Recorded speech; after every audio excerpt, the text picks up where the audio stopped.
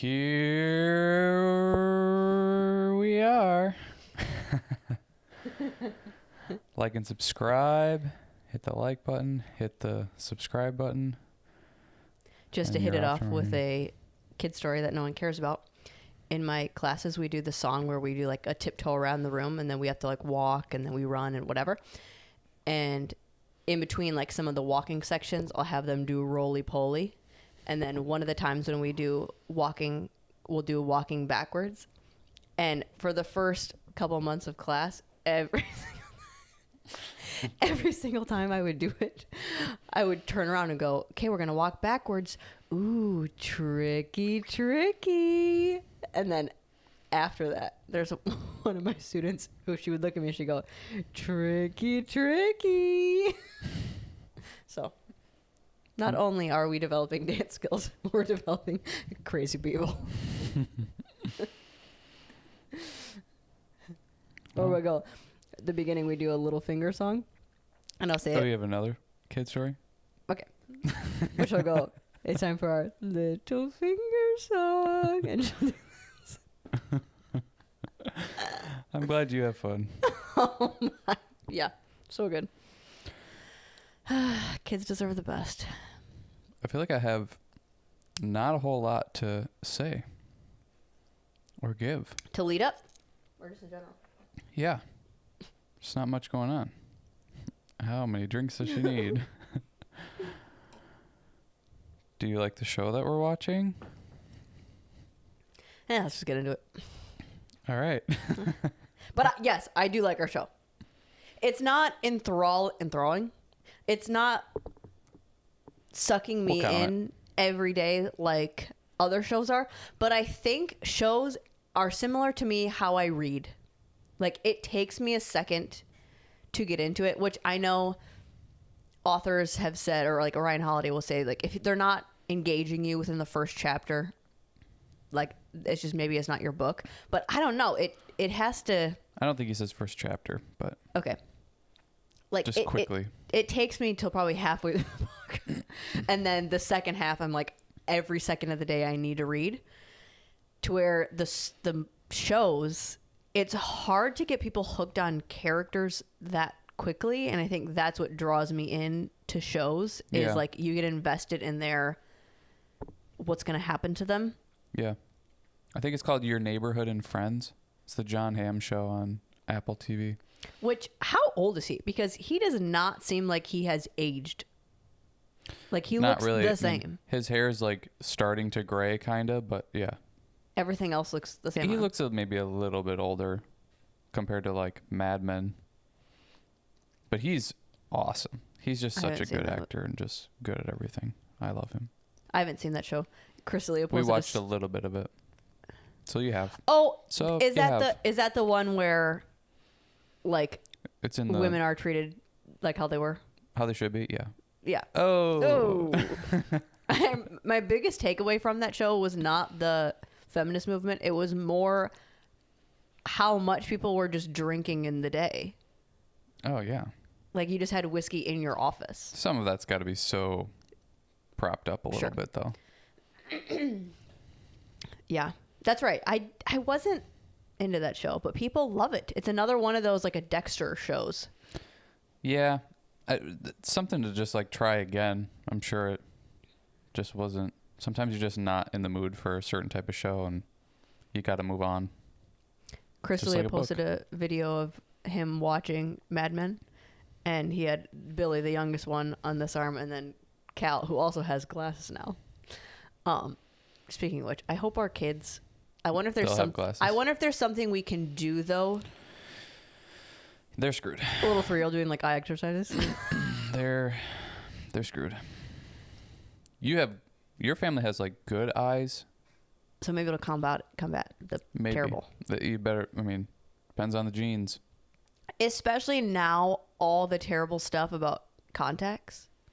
Oh, is there a bunch of terrible stuff? I mean, you're putting toxic plastic in your eye, and your eye is your brain. Your eye is your brain. Just an FYI. I mean, you're just going PFAS. PFAS. Yep.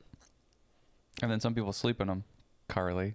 That's psychotic. That's like sleeping with your makeup on. It's like, what are you doing? Yeah. Take How it do you off. like the new pillows? Take them out. A week later. Still struggling? No, not struggling. It's just not what I pictured, but it's fine. But back to my Chrysalis story. Let's I know move both on. sides. He goes, Cal's Actually, let's skip past Cal's that. like, what are we watching? And he's like, Mad Men. And he like kept saying it wrong on purpose too. And he was like, yeah, Billy, can you say Mad Men? He's like, Mad Men. Mad Men. And then the rest of it is him just saying it every time he took the camera on him. Mad Men. And he's like so into it. And Chris was like, do we like the show? And Billy was like, yeah. He's like just watching the show like he's understanding what's happening. Yeah. 2-year-old. Okay. I mean, I want you to share these kid stories, but it just brings us to a screeching halt every single time. Because I can't Match at all. I can't match you with it. I know. I should just be like, oh, you know what? I saw this F1 thing. just bad stories back and forth. That's true, because I have no... Yeah, okay. I get it. No way that you can counteract. I'm trying to give you the energy and the pizzazz for your kid stories, but I know. I just don't have anything great to say afterwards. The kid stories are like you had to be there, but all in the sense of 100%. But in the sense of like had to be there is you have to like kid stuff. Well, yeah. Like it's not even like, oh, you had to hear like how they said it. I mean, that's so much of a part of it, but it's more like if you're not into kid stuff, it's not going to be funny at all, or it's not going to be amusing to you. Yeah. No. So I will stop. But God, I love it. You don't have to stop. Maybe you just program in like a after word that you can like you need to transition out of it. I have none. That's the whole event. You tell your kid's story, then you're like, so what's happening in sports? No, let's just get into the topic. I feel like this is going to be a Razzle dazzle? no, not a razzle dazzle, but like a zippy one that... Well, I think it's a good one because we started going back to a gym and we were talking about some of the things that is kind of weird about being back at a gym. And then you had brought up that it'd be a good topic to talk about here because... It's so many people's like reason for not wanting to go. Yeah. And for us, we're so used to going to a gym or just we've done it for so long that when we do go back to one or we're going to a new one, the insecurities that people might have, we don't have because we've just been doing it for so long that it's like, oh, I don't know where stuff is. I just have to look around and find where stuff is. And then that's it. But like what you had brought up today or yesterday of like people not knowing what to do there, along with not knowing where anything is, along with just like the pressure or like the feeling of everybody's in there and doing stuff and looking at each other. And it can be like a high anxiety kind of place if you're new to it or you're not comfortable there. That, I don't know, I guess we just thought it would be a good thing to discuss because it, in trying to give like tips or tricks of like how to comfortably or get yourself to be comfortable with it so that you're not falling off and not going to the gym after you sign a 1-year membership because you're just uncomfortable. Yeah, I think that's something you hear a lot with people that are newer to fitness or their reasoning for not getting into it is, well, I want to work with someone so that I can kind of get a base and then be able to go in and know what to do. Or I want to get comfortable with my body before I go into a gym environment, or I need to go at a time where no one's there. It's like all of these objectives that just make going to the gym, which is for most people very hard to begin with, even harder because you're trying to create this perfect scenario to basically just make yourself feel less awkward and weird. And again, like what you were saying, like why I thought about it was even for someone who isn't as insecure physically or when I'm doing any movements, I'm not insecure of, oh, people are looking at me and if I'm doing it correctly. Like I don't have that anymore. I used to when I was younger. Like going to the gym, especially as a girl, into that environment can be kind of intimidating, and you think it's going to be judgmental, or you think like if I show any sign of I'm not knowing what I'm doing, some guy's going to come over and try to help me, like, and you just want to avoid everything at all costs. That going into this new gym, even just understanding the lay of the land would help me much more feel more comfortable. But I also don't have that insecurity. So that's what I wrote down first was like, if you're going to go to a new gym or start going to a gym, having the person at the gym give you a tour themselves so that they can kind of show you what everything is.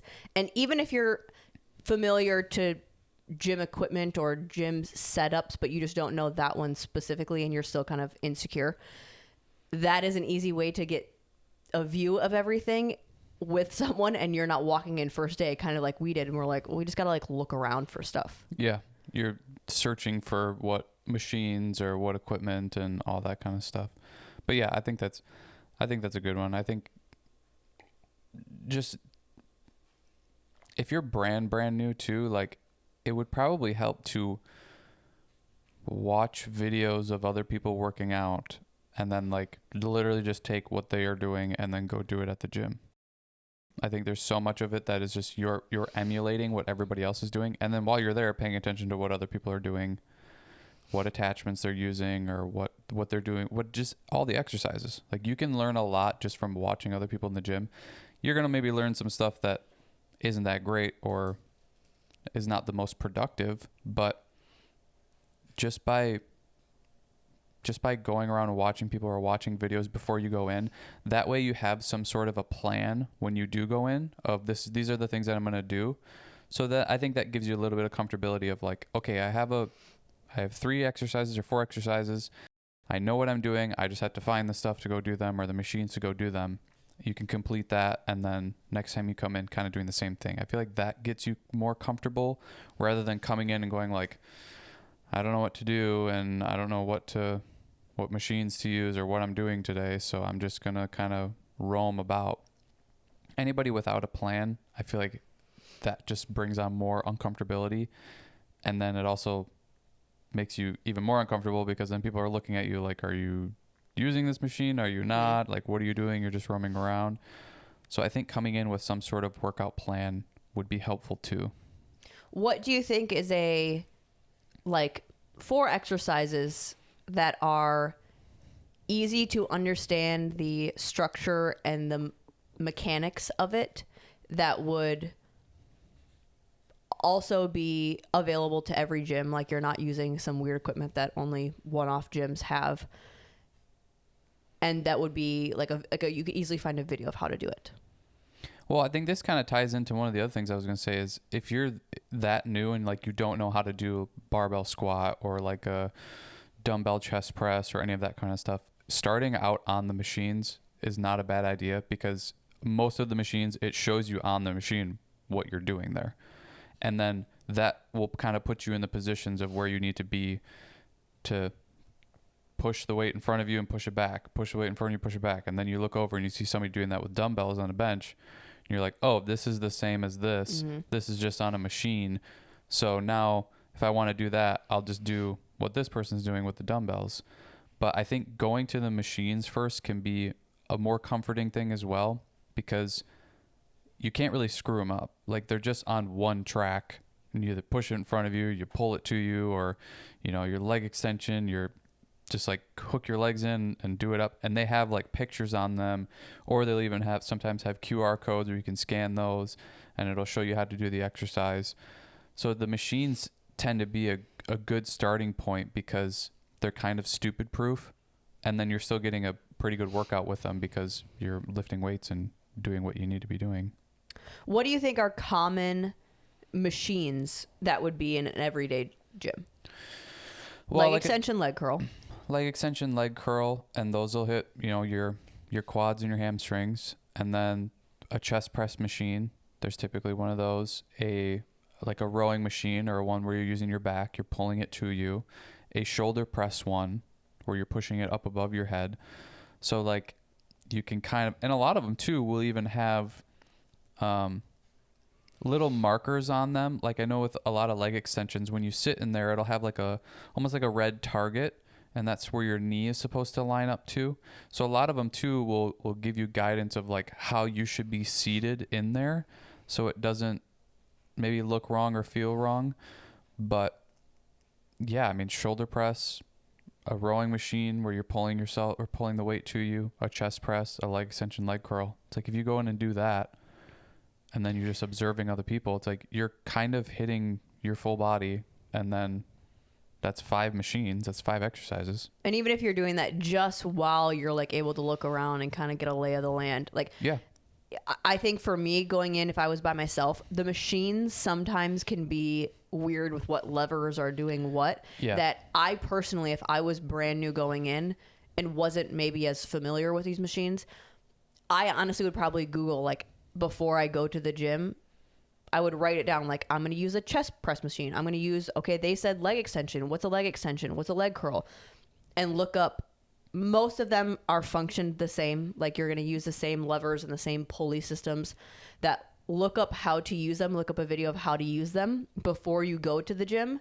So and you're like, oh, okay, this one was the one where I have to adjust the seat up and down. Or this is the one where I sit in there and the back might move forward and backward depending on my height.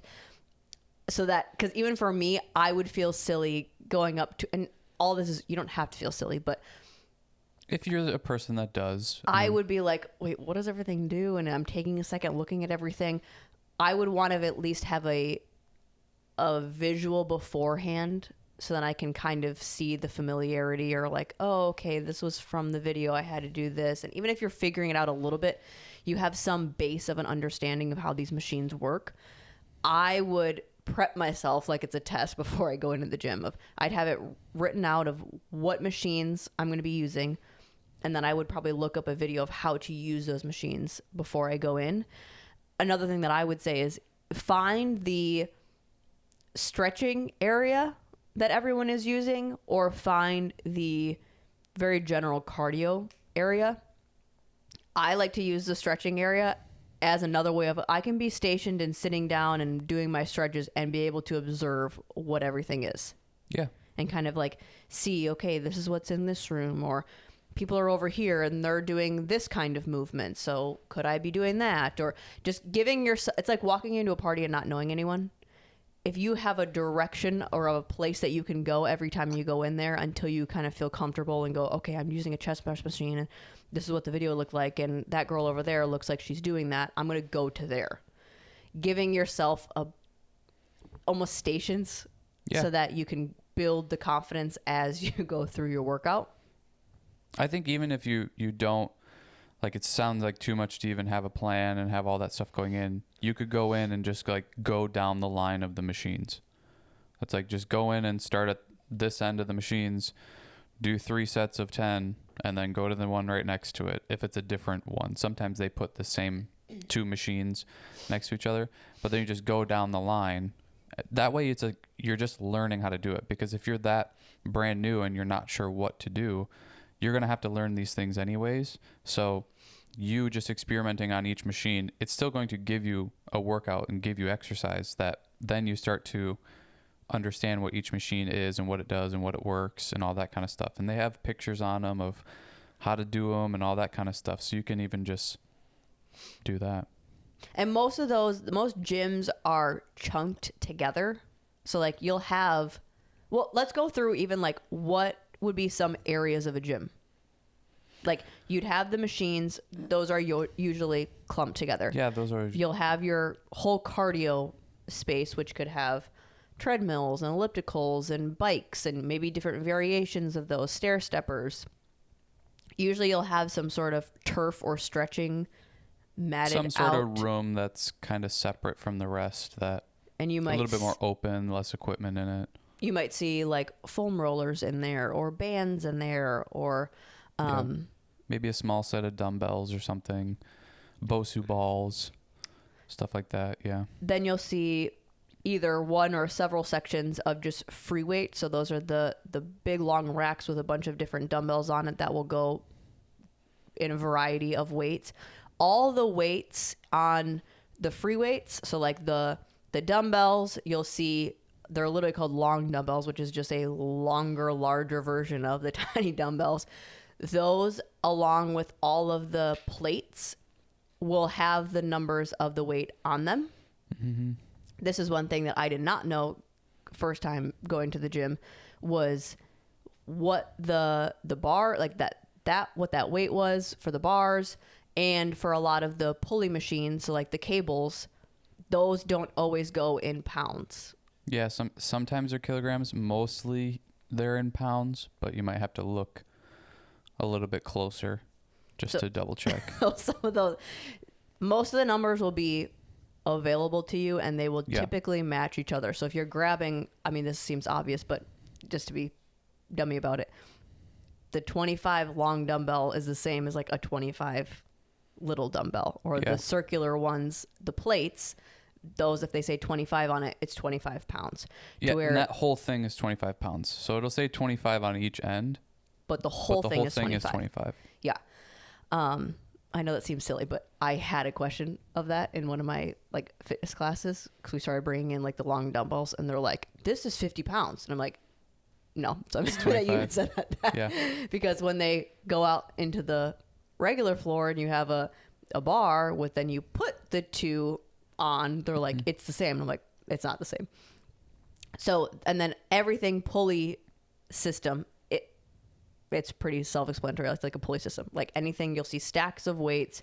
Normally with those, you have to have a handle attachment. Those will typically be in one area with themselves, that they'll have a bunch of different kinds. Those you normally have to fasten to isn't it called a carabiner? Yeah. And normally those, you'll just pull a pin out and put it into the weights. Again, these seem like obvious, maybe common sense things, but these are all things when I started working out, it would make me too nervous to use them, because I didn't want to like, oh, well, I'll put it at the 25 or like, I'll put it at, this says 50. That doesn't seem like a lot. And then I can't pull it. And then again, people are trying to give me advice that I don't want. Mm-hmm. And then, so you'll have the free weights. You'll have different versions of those. Like I said, with the long dumbbells, you'll have the machines, you'll have the cardio equipment, you'll have more of like the power lifting area, which isn't just for power lifting, but you'll see squat racks, or sometimes you'll see square pads on the ground that people do deadlifts with. But that pretty much makes up any variation of a gym. You'll find all different versions of those, that even for finding workouts or finding exercises, that is how I would go about Googling them, I guess, or looking them up, is like, give me a workout using free weights or dumbbells. Because if I'm at a gym where maybe there's a separate room with dumbbells off to the side, I could practice these newer weights or these newer exercises off of the machines by just grabbing a couple weights and bringing them to a separate corner. Or I can know, okay, this exercise, I'm using all of these, so I can go to this section. I know where I'm going. I know what equipment I'm using, and I can kind of just dive into that little area. I think the more that you can eliminate mixing and matching throughout your workout while you're starting could be better, because then you're just stationed in one area and you're not needing to, okay, well, after I do this, then I'm going to go over there, and that person's using that equipment, so now what do I do in the meantime? These are little nuances of where your insecurities or your fear could come up that could steer you away from doing it at all. So I would say stick to chunking with similar variations of a workout. Yeah, like you're going in and you're just doing machines, or you're going in and just using dumbbells, or you're going in and just using the barbells, or whatever it is, just using cable machines. I think that's a good way to start. That way you get comfortable with something, and then you can maybe move on to the next. This is also something that ChatGPT would be great for. It's just typing in, going, give me a workout only using dumbbells, and it'll write you something to do, and generally that's going to be good. If you don't know what those exercises are, then you might have to like look up how those exercises are done. But then you can go in and just grab a couple 15-pound dumbbells and do the exercises that ChatGPT told you to do. And again, while you're in there, like, observe what other people are doing and see what they're putting together or different exercises that they're doing. And you can start to slowly figure out like what muscle group, like what does this exercise hit? And I can feel it in my shoulders, or what does this do? Oh, I feel it in my bicep now. Like, so much of it is just experimental and getting comfortable in the gym. And then you can start to build upon that of doing a bunch of different exercises, or like jumping from machine to dumbbell and then back to cable or whatever. The thing that I think is tricky, there's machines and then there's dumbbells, and I feel like cables are kind of in between that they tend to be a little bit more confusing, I feel like, because it's so much free motion. It's not a machine where it's just on one track and it's going back and forth. It's like you could pull it up above your head or to the side or below, and there's so many different things that you can do with the cable that for a beginner, I would almost stay away from those until you learn the exercises from like the machines or the dumbbells, because it's just, I don't know, to me they just seem a little bit more confusing, and your body maybe doesn't know how to move in those directions quite yet. To where that's what I like about the machines is you can't move it any other way. You're just pushing it in front of you and that's all you can do, or you're pulling it and that's all you can do. To where now, once you get used to that and comfortable with that, and you know how maybe you're supposed to sit or set up and how you're supposed to pull it, then you could go to like a cable and try it where it's a lot more free range movement. But I think generally for a beginner, I would kind of stay away from the cable machines because they're almost too versatile that I think it could be uncomfortable and confusing, and you might be doing stuff that isn't really exercises. That's where you see a lot of people doing stuff that's just like not actually exercises on those because they're not exactly sure how to use them. Or they're too extreme and they're trying to just like do things. Like they're trying to break what isn't broke. They're going like, well, I've been doing this way for this, or doing this. Let me try to get creative with it. Versus like, this is just what it's used for. Just use it for that. Yeah. To where I feel like there's dumbbells and benches. Those can be pretty self-explanatory. Typically people are doing very regular exercises with those, but you're going to observe some stuff that looks correct. I think also just passing the eye test.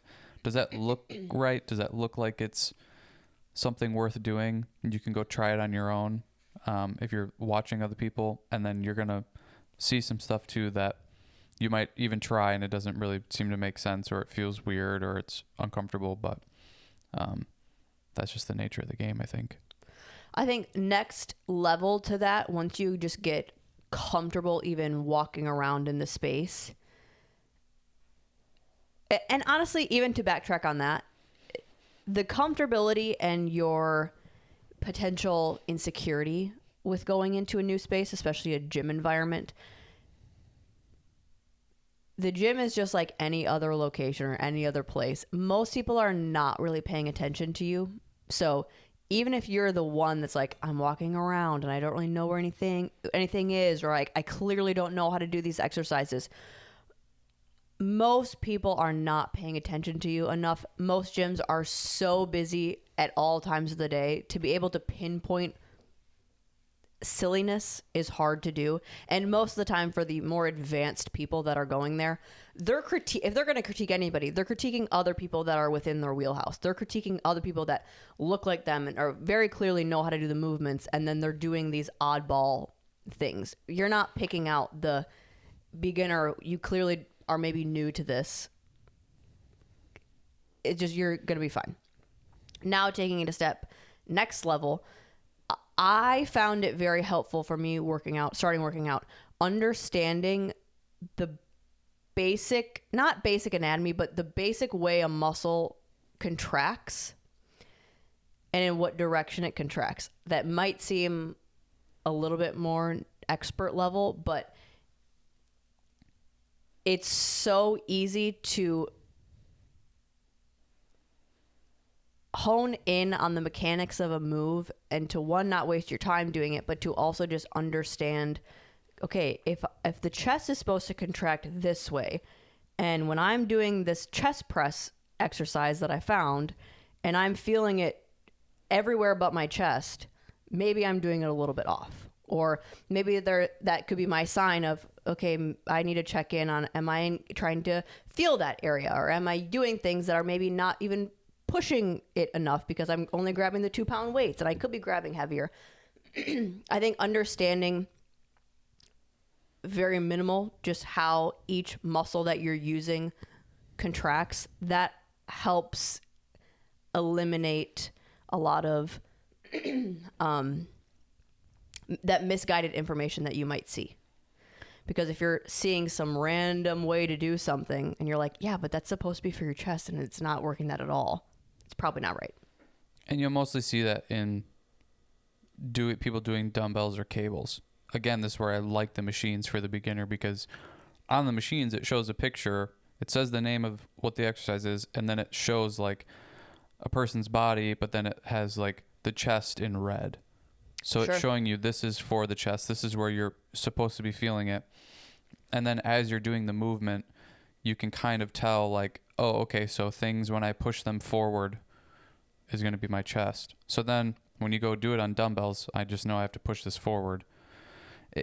They're just self-explanatory, and they show you so much on those machines of what is supposed to be done, that I think that stuff starts to happen when you get outside of the machines and you see people like grabbing dumbbells and then just like moving them side to side. It's like, well, can you find a machine that really does that and is targeting what they think it's targeting? It's also difficult though, because there's so many people that have so many different intentions with the exercises that they're doing and how they're doing them, that sometimes you might try an exercise that you saw somebody else do and you're not really understanding what it's for or how, like where I'm supposed to be feeling it. They may be doing it for a completely different reason than you would maybe be doing it. So that's where this kind of disconnect ends up happening. But yeah, again, that's where I just stick to the basics. Yes, you really shouldn't be getting that extreme or that creative that early on anyways. And a lot of the time the creativity is just kind of fluff. It's like you're just trying to, they might be getting bored with the exercises that they're doing, or they're just trying to find some new way to hit the same muscle, but they don't want to just do more chest press or more chest fly. So they start doing something obscure and different and random, when it's really like your chest just contracts by pulling your arms forward and together. So it's like, as long as you're doing that, you're getting the stimulus that you need to get. But that's a whole Would you say thing. For beginners, like if you're training someone, are you starting with more of the bending movements? And I'll explain more like so say for legs, like are you focusing on squats, lunges before you would say get into like a deadlift or a even straight leg, like a hinging motion? And then same thing for your shoulders and chest. Are you practicing chest press, shoulder press, row before you get into any fly? Yeah, probably, because they are a little bit more basic and they're a little bit easier to explain and maneuver and do. Yeah, I would say so. The leg stuff, all of that starts to get really complicated because there's so much technique that is involved with all of these exercises. But again, if you're a beginner, like as long as you're keeping, that's the other thing for a beginner, like you should be keeping the weights relatively light for yourself. Like I wouldn't be going in and, you know, you hear everybody talk about like 2 reps to failure. Like you want to go until you basically only have 2 reps left in the tank. And it's like, for people just starting out, that's probably not good advice, because they maybe don't have the best technique and best form. And that's where the injuries could start to happen or whatever. So if I'm starting off, like you're keeping it very light, something that you can do, and you're maybe not really that tired towards the end of it, but you do feel some like muscle stimulus with whatever you're doing. And then as you get further and further into this journey, you can start to, you know, get a little bit heavier of a weight, or maybe do more repetitions than you were before. But you should be like prioritizing the safety and figuring out the technique and the form before you start upping a bunch of weight and pushing it.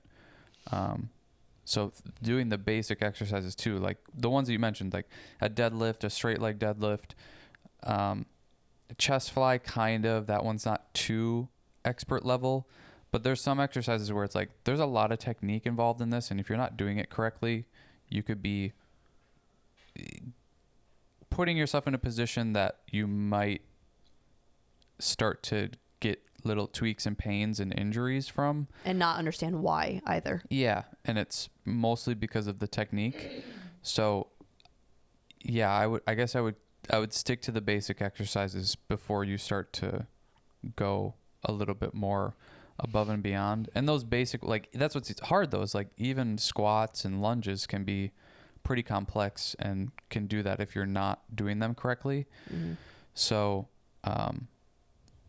with any of those, keeping them light and keeping them something that you can do, when you grab the weight, I'm going to be able to do this 10 times. I'm going to feel some sort of stimulus, but I'm not going to be like overreaching and pushing it too much. As you continue to get further and further in your journey, you'll start to hear other things, see other things, watch other people, and see technique and feel out for yourself the technique of how this should be done in a safe way, an effective way, and then you can start to bump up weights and all that kind of stuff. Can you talk through, like, let's just go through the ones that I said. So like a squat, a lunge, a shoulder press, a chest press, and a row. Are there ways to, what the word I'm looking for? Like progress these? So like take a squat. If you were with a new client or maybe even an older client, but like how would you start them? You're not going to start them with a bar on their back. Right. Would you start them holding dumbbells, and then in what specific anchor point? I would probably start with nothing and see how their squat form is to begin with, and then cueing them of the things of like, okay, keeping your chest up, focusing on your back being straight. Typically a good cue is like keeping your eyes up, just because if you start to look down, your back might start to curve. Trying to keep the weight as much on your heels as you can, because a lot of people are going to be more forward and up on their toes, and that's going to put more stress on the knees. Knees in line with the toes. Yeah, keeping your knees in line with the toes. Probably just a shoulder width, like your feet shoulder width apart, if not a little bit wider, to help you sink in a little bit lower, because a lot of people's ankle mobility probably won't allow them to do getting deep in the squat if their feet are shoulder width apart. But that, or like a TRX, getting them on a TRX and holding on to something, whether it's that, or you could just go up to any secure bar in the room, and just like put your hands around that and squat from there.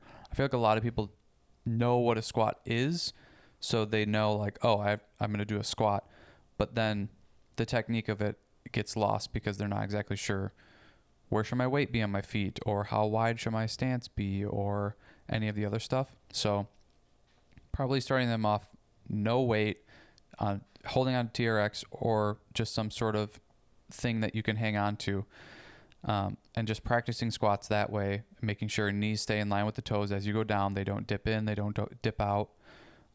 Making sure they're going low. I think too many people start with doing bad squats technique wise, but also how much depth they're getting into. So if you're not squatting that low, like your butt only gets to maybe your knee level or higher than that, we see a lot of the times, working on getting even lower than that.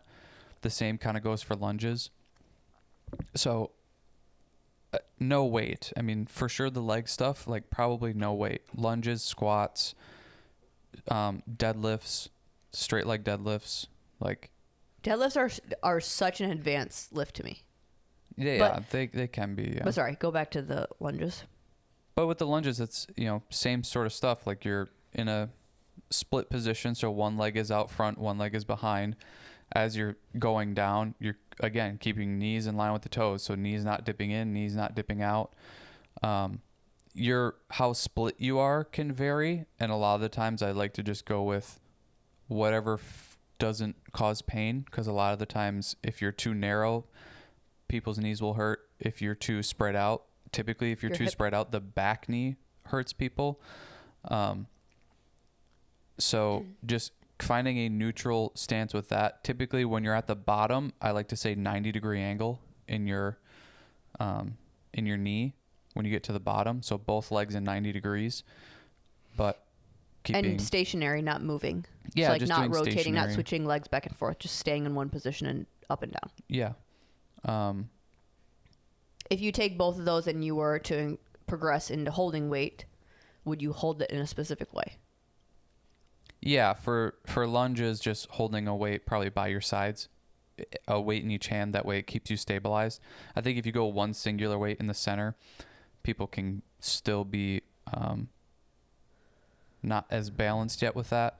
Also, the tightrope walking with lunges, people tend to like line their legs up so they're tightrope walking rather than keeping your like hip, knee, toe in the same line. That way you're not crossed over, you're staggered and stacked. Yeah. But with weights, like, yeah, just grabbing 2 dumbbells, something light enough that you're not struggling so much with it, but you're starting to just slowly progress the weight. With squats, I think a better one probably is grabbing like 1 dumbbell and just holding it like at your chest. Either that or just 2 dumbbells, holding it by your sides. Yeah. And I would say an only progression before you try to add any weight to your back. One of the cues that someone told me was to, like, as long as you can either just without weight, have your thumbs connect to the tops of your shoulders and then go all the way down and then come back up, if you're able to do that without falling over, or grabbing one of the, like a really light weight of one of those long dumbbells and just practicing it sitting on your shoulders and then doing the movement. Yeah. Because that, just having the counterweight of it's now stacked on top of you, can be so weird. Well, sometimes you can just grab a band too. Instead of having any weight, you can just grab a band and put it on your back and hold it there. And just make sure you're not bringing the band forward as you come down. Yeah. And then same thing with what you say for the upper body. So like chest press, lat row, and then, dumbbell row, and then shoulder press. Yeah, for those, it's going to be hard to not do them with some sort of weight. You're probably going to have to grab some sort of weight. And that's where I like to start with the machines, because you're just getting used to the movement and how it's supposed to be. Typically, you're just seated in that position, or you're just sitting in it, and then chest press, you're pushing the weight forward. The rows, same thing. You're seated, you're pulling the weight to you. Shoulder press, you're seated, you're pushing it up above your head. I would start with those, and then those I feel like you can get comfortable with pretty quickly, that then you can go to dumbbells, where now it's not on a track. You actually have to stabilize the weight. So say for shoulder press, but you're still doing them seated, push the weight up above your head. For chest press, you're laying down on a bench now on your back, and you're pushing the weight up to the sky. With the rows, I would probably say to go or stay on the machines, and then maybe progress to like the cable one. Typically there's like a cable row machine too, and again, that would have pictures on it or whatever, because that one will be a little bit more free motion, but it's the same exercise if you're pulling the weight to you. I probably would go for a little while until you do go to like a dumbbell row, because of the hinge, and because it's just a little bit trickier to explain here, like on doing like a on the bench, that sort of situation, to where it's like you can get a lot from just doing the machine or the cable one of just pulling it to you. And I would do that for a while, especially when it's like, if you're really trying to work on activating the back and engaging what you should be engaging, those seated row machines are going to be better than like you doing a dumbbell row and you're having to worry about bracing your core and your lower back and making sure like your knees are a little bit bent and you're seated down. Also, how tilted over are you? Like, there's just a lot more complexity with that than like just sit on this bench, sit up straight, stick your chest out, pull the weight to you. It's just simpler and easier to master. And it's maybe common sense, but because you're also going to be adding when you go to the dumbbell version of that, like with the chest press, with what you're saying of the adding the stabilization aspect of it, factor that in with the weights that you choose. Maybe don't choose the same weight that you're choosing on the machines, because the amount of stabilization that you're not used to is going to add to the fatigue and the tension. So drop the weights significantly while you're figuring that part out. Yeah. I think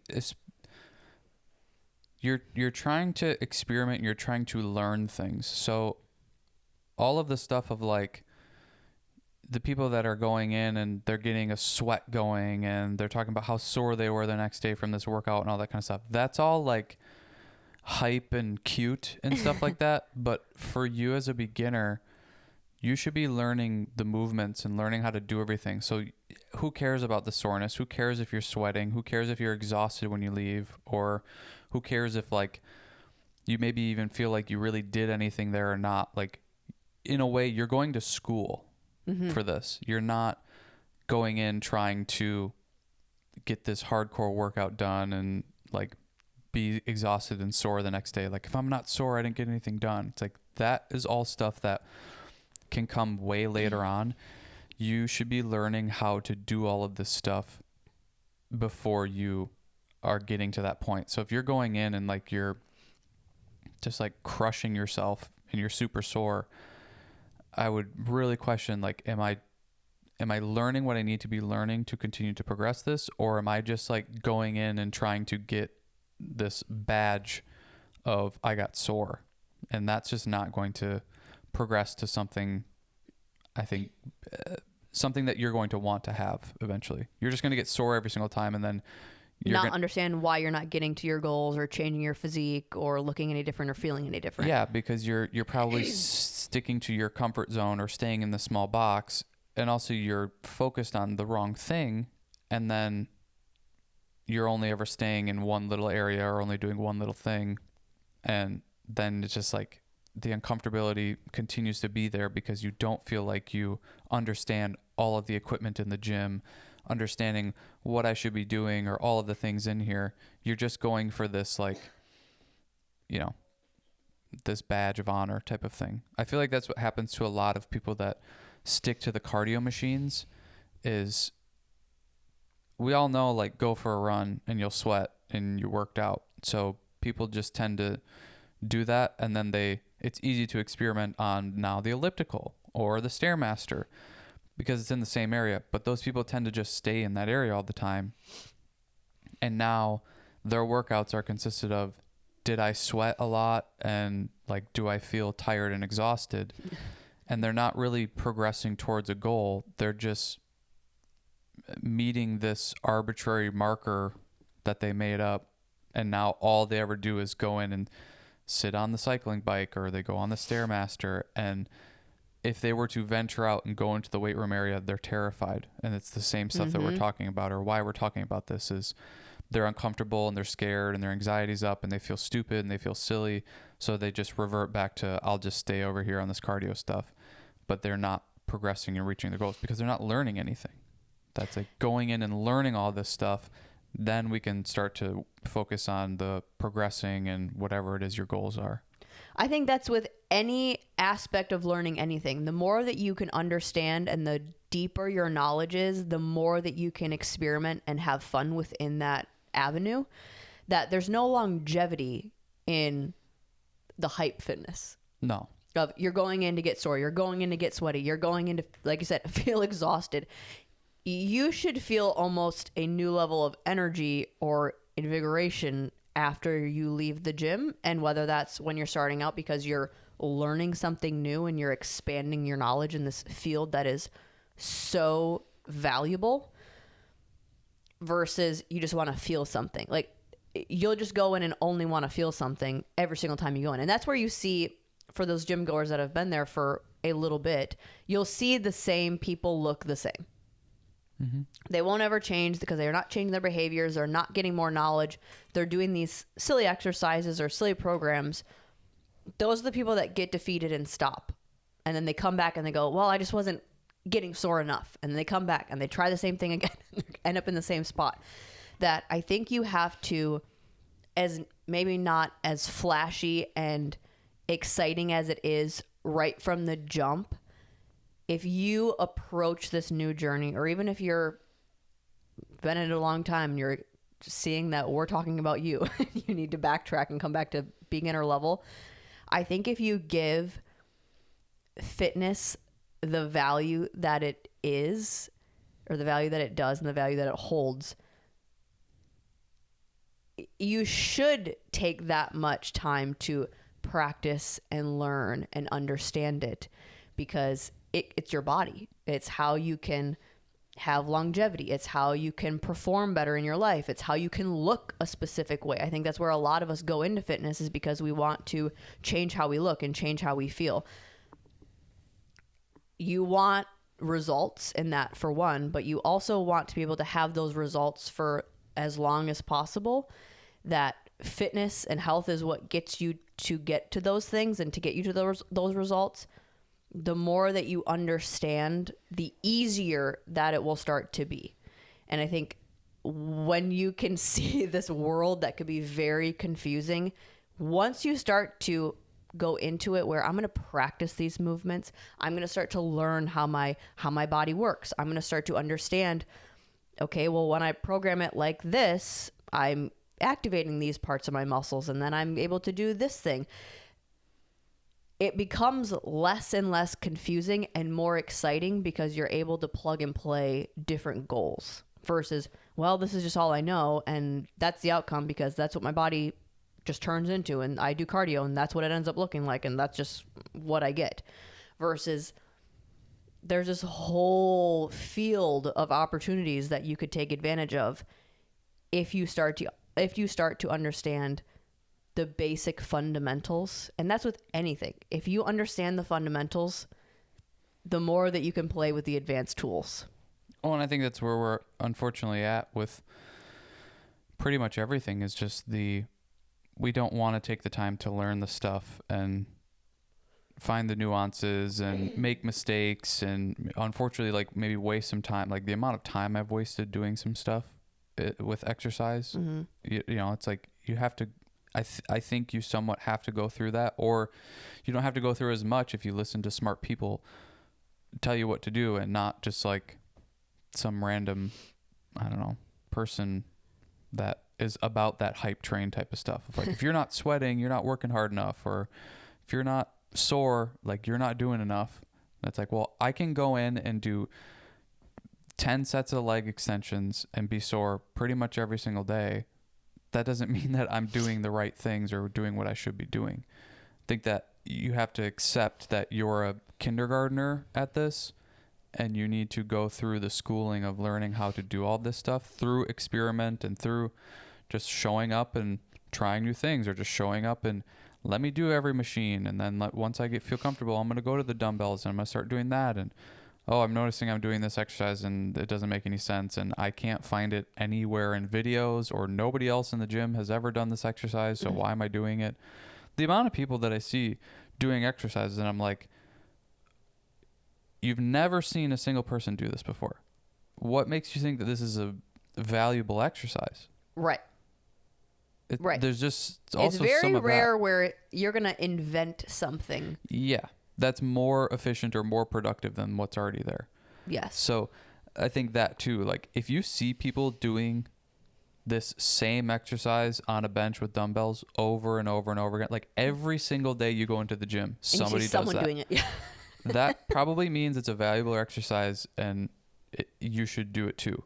But if you see somebody do something and you're like, oh, that's different and creative, and you've never seen it before and you've never seen anybody do it after, it's probably a bullshit exercise that doesn't really work and isn't as efficient as something else. But be the kindergartner, accept that, and go into it with that sort of mindset of, I'm here to learn and to figure out how to do this thing, rather than I'm here to just get sore and leave. Because that's a dead end street. Like, that's going to take you nowhere.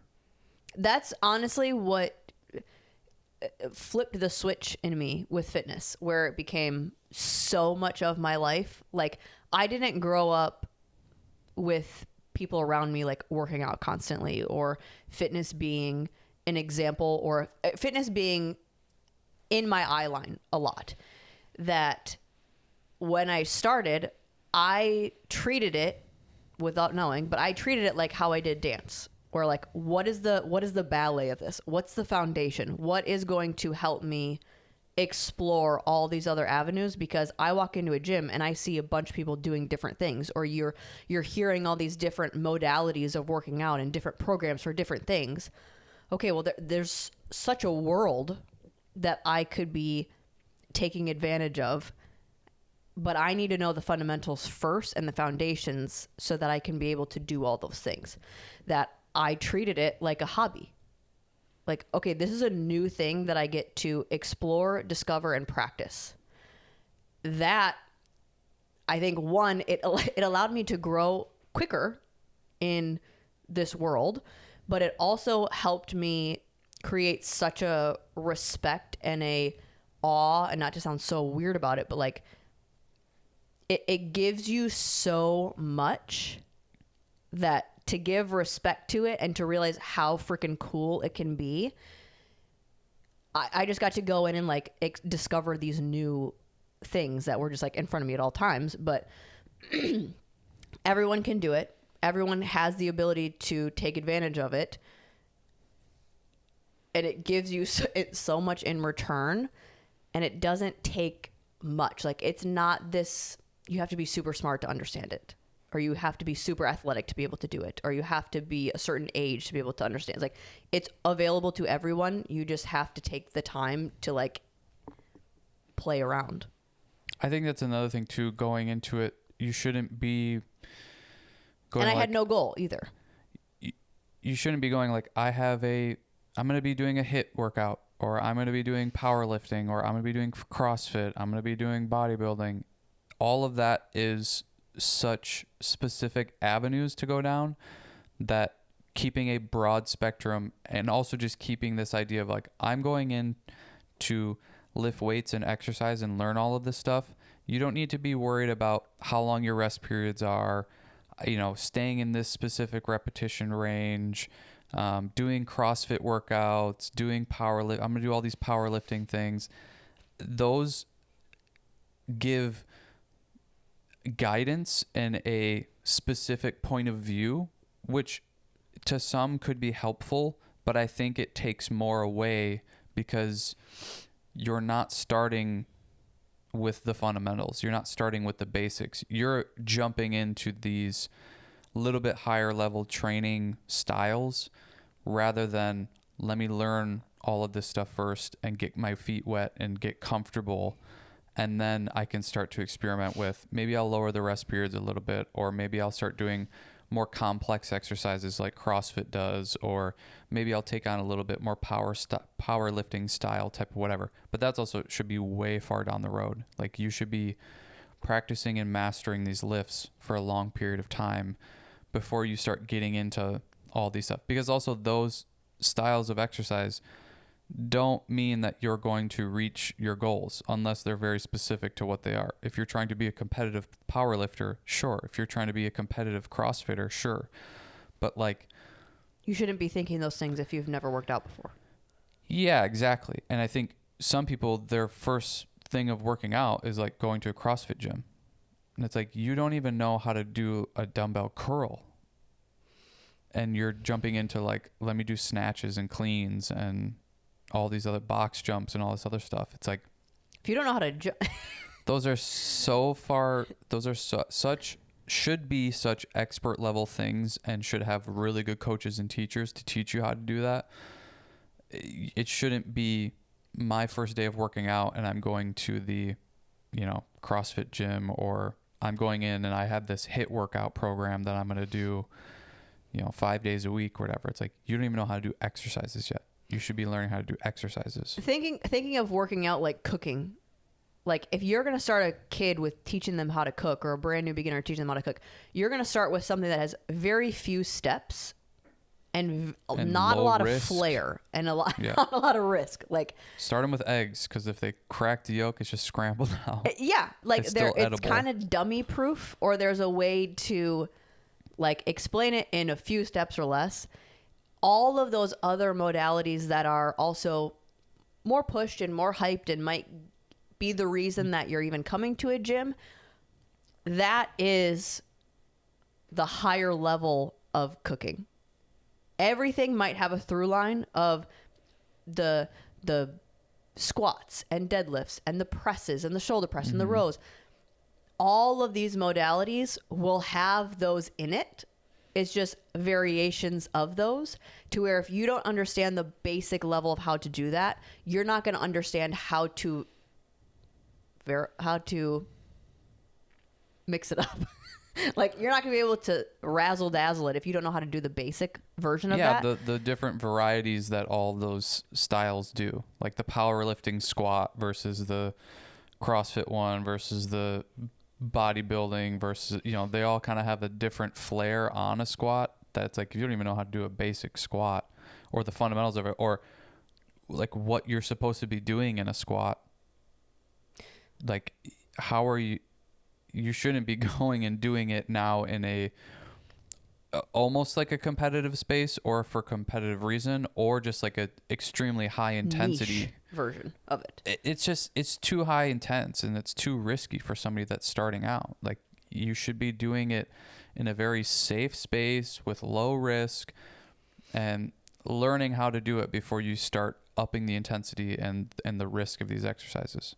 Yeah. So again, going back to what's the through line in all of them, practicing the basic movements, practicing how to feel your muscles and to how to feel them engage, and what does it mean to get fatigued, or what does it mean to, when I'm doing this exercise, I can tell which muscles that I'm using. That seems very, what you would think you'd be able to do that, but it's so hard for people to go, and where do you feel this? And they don't feel it in the way that they're supposed to, because they're not, we're so disconnected from our body.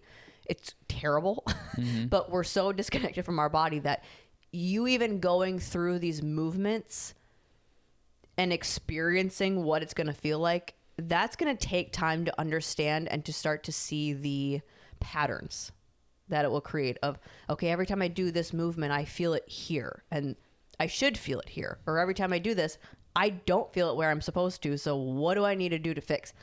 This could take a long time to get comfortable with it. And it's supposed to, because it's important.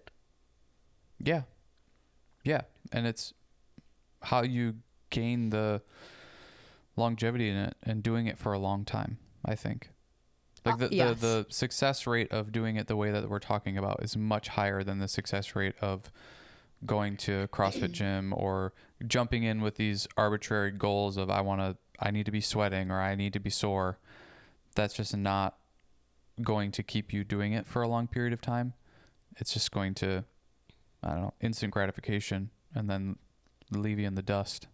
And I think it'll help you navigate in a way where this world can be confusing of fitness. Like, you'll be able to see who's trying to bamboozle you. Oh, yeah. By, like, well, but that has nothing to do with the foundation or the fundamentals, or this is not even close to how you typically perform this exercise. So what's up here? Yeah. And it's not where you're at in your training. It's like, if you have a clear distinction of where you're at in your training, hey, I'm a beginner and I need to learn these exercises, and somebody's trying to drag you to a CrossFit class, it's like, I'm not ready for that. That doesn't fit within my learning the fundamentals, learning the basics, learning how to do these exercises correctly. That's too high intense and crazy for me. Yeah. And take a kid that way. Like, if you're teaching your kid something new and then you throw them into the advanced level of that, what's going to happen? They're probably going to get scared and overwhelmed and not do it again. Yeah. If they go in with too much confidence, they could get hurt. Well, yeah. It's like, there's some people that just think that they're too That's true. too made for it. Too made for it. You know? I like that. I like that. I think they're too made for it. Do we have time to talk about etiquette? Or should that be a separate? Yeah, we can punch it out quick. Okay. So, talking about gym etiquette, because that is a need-be conversation, I think, when you're going into a gym for the first time, especially if you don't want to stand out or be the problem right away. Yeah. Just going through some very basic gym etiquette stuff. That's maybe not as common sense. Yeah, I mean, I think especially if you're in a busy gym, I think one of the things is if you're going up to a machine, seeing the people around you, or seeing obviously if there's stuff there, somebody's probably using it. But looking at the people around you and even asking them if they're using that, like I still do that now. Oh, because yeah. it's just gym etiquette. It shouldn't matter how long you're doing it for. But just making sure that people aren't on equipment or using equipment that you're about to use or want to use. And then if somebody is and they didn't make themselves known, just being like, oh, sorry, I didn't realize you were on this. Like I'll use it after you're done, type of thing. Instead of getting in a pissing match with people, like just being generous and whatever. But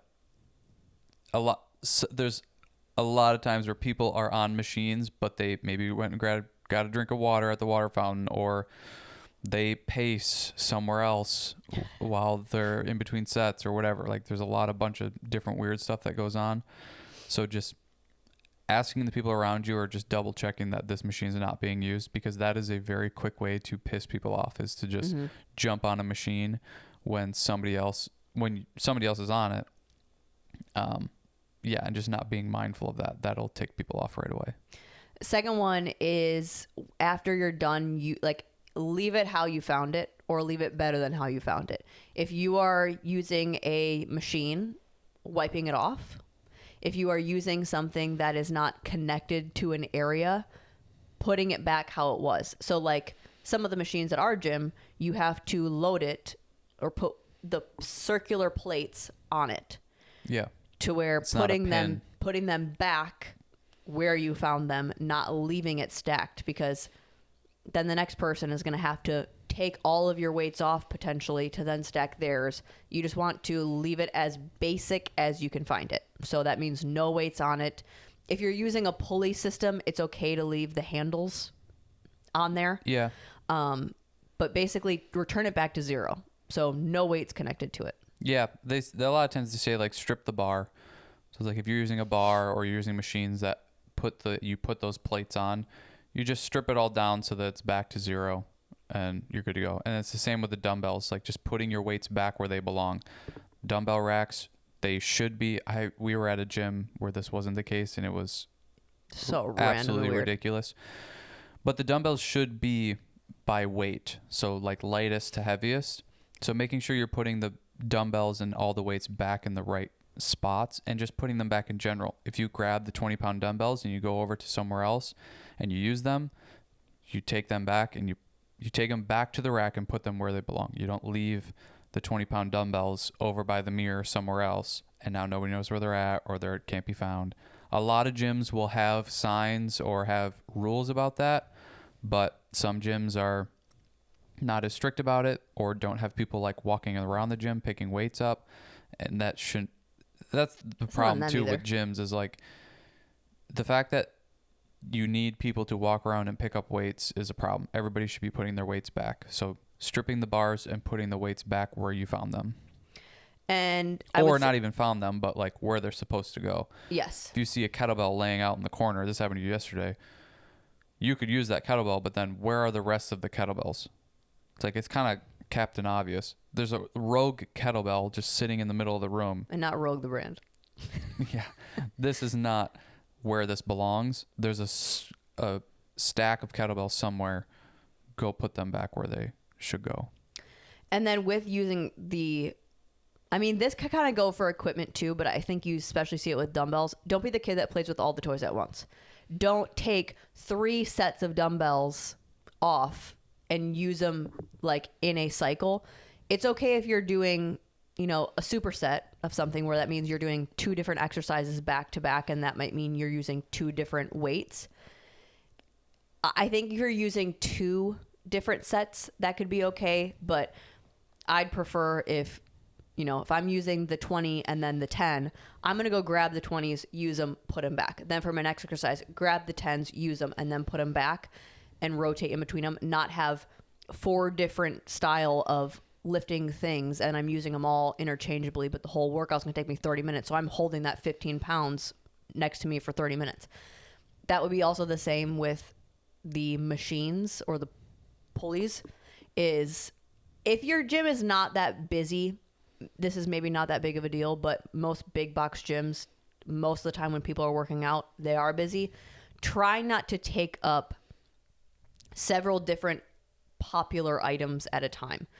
Meaning, like, don't be using the squat rack and then go using the leg extension and leg curl. Or don't be using the leg extension and leg curl and then something else. If you use, like, leg extension, leg curl at the same time, maybe that's not that big of a deal. But try not to take up the whole gym and use it all at once. Because, like he was saying, most people then won't go, oh, well, he's over there doing his squats. I can go use the chest press while he's doing the squats. Yeah. They're going to wait until you're all done with the whole thing to use any of those things. That just try to be mindful. And I think that's a little bit on you too. Like if you're using the squat rack and you're using some chest press machine and somebody jumps in on your squat rack or chest press, that's a little bit on you. Like, as far as gym etiquette goes, you're kind of in the wrong for doing that. Like, you should be on one thing, doing that until you're complete with that, and then moving on to the next thing. Like you said, dumbbells, you can tend to do a couple different exercises, but dumbbells are easy because you can just put them back on the rack for somebody else to use while you go do your other set of something else.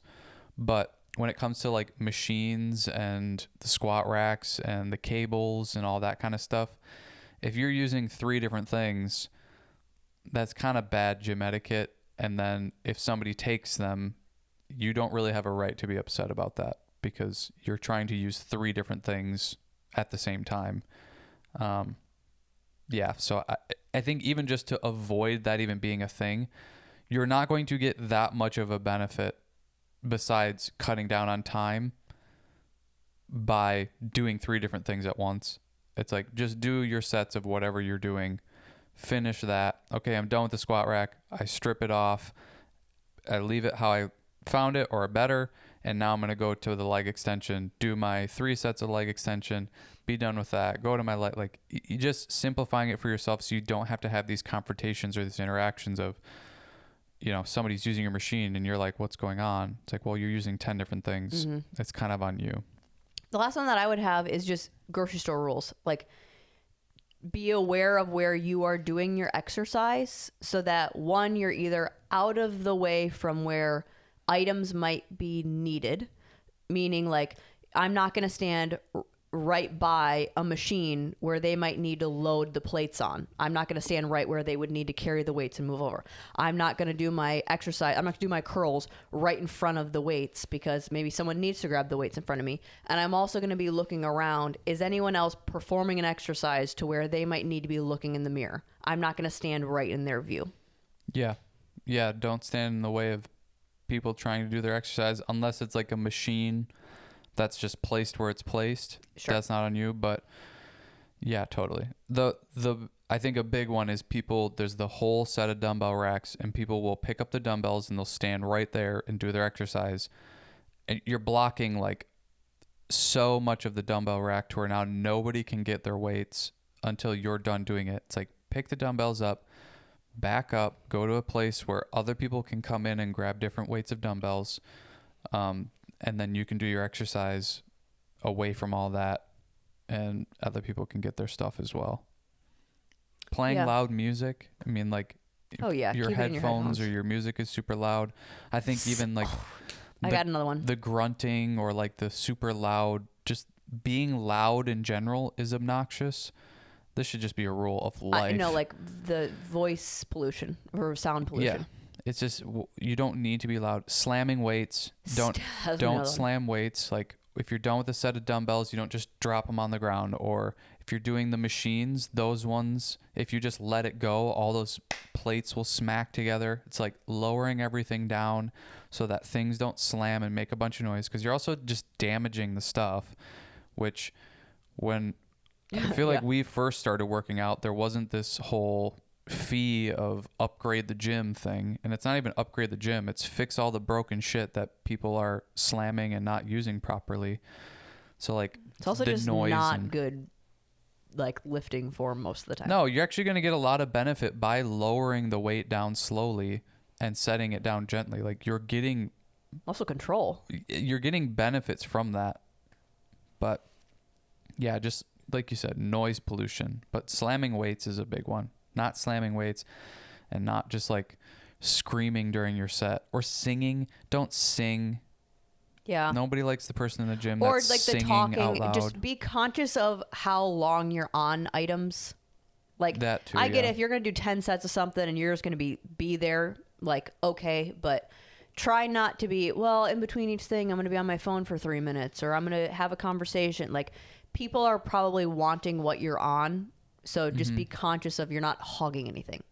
Yeah. Kids at a playground. It's just toy. like, how would you tell your kids to act? Would you have them scream? Would you have them make a lot of noise? Well, Would a you... lot of people are allowing that. Okay, well, don't have your kids scream and be loud. Don't have them leave all their stuff around. You'd have them pick up their stuff, and you'd have them not be selfish and look around and see what's going on. You would think. And not run into things or run into other people. You would think, but look, we're doing a fucking podcast about yeah, gym these are adults etiquette. that are not doing those things.